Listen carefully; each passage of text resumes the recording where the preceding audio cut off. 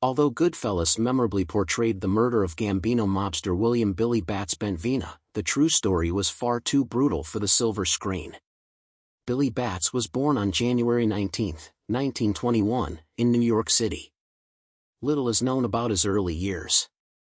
However, by the late 1950s, Bentvena had become deeply entrenched in New York's criminal underworld. In 1958, at age 37, Bentvena joined the Ormento Group, a heroin smuggling operation spearheaded by Lucchese family member John Ormento, alongside infamous figures like Carmine Galante and Anthony Mirra.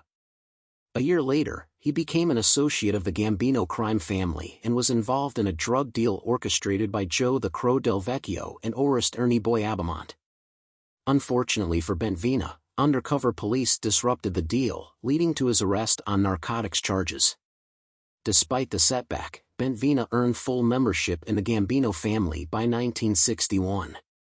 His luck ran out the following year when another drug bust landed him a 15-year prison sentence.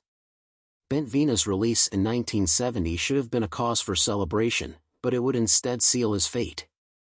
At a welcome home party in May of that year, held at Robert's Lounge, a bar owned by Lucchese associate Jimmy Burke, Billy Bats made a critical mistake. He taunted Tommy DeSimone, a young and notoriously violent Lucchese associate, by asking if he still shined shoes, referencing DeSimone's earlier, humbler days.